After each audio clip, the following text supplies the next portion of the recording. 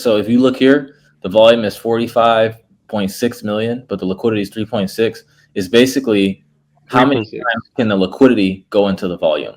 You divide this, the volume by the TVL, and however many times it goes to it, that's what gives you the score. So the higher the score, the better. And the reason why is because with this, just to give you an example, this volume to TVL ratio score is like if we look at this one's better than this one because the liquidity is 2.6, but the volume is 47.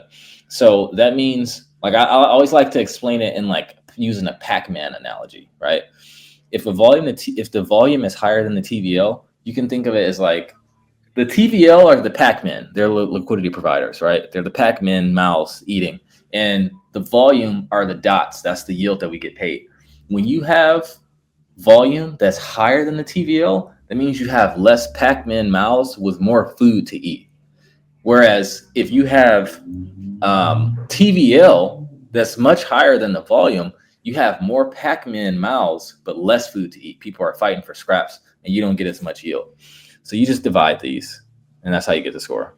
So just to clarify, the higher the score, the higher the volume to TVL ratio, the better the yield. Absolutely.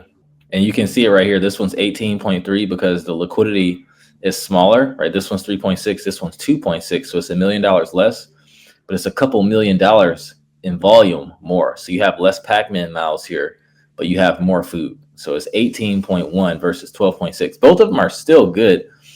But also, let me just point out something. The percentages next to the Avantis USDC yield. I mean, we see this bottom one that has the volume to TVL 18 has a 0.01 fee.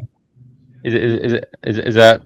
Am I correct in thinking that that's, although there's a lot of volume passing through that, the actual fees generated? I mean, you can see it on the fees. Yeah. 4,700 versus the top one, which is also on Aerodrome with a fee of 0.3, similar sort of volume, but that was generated 137,000.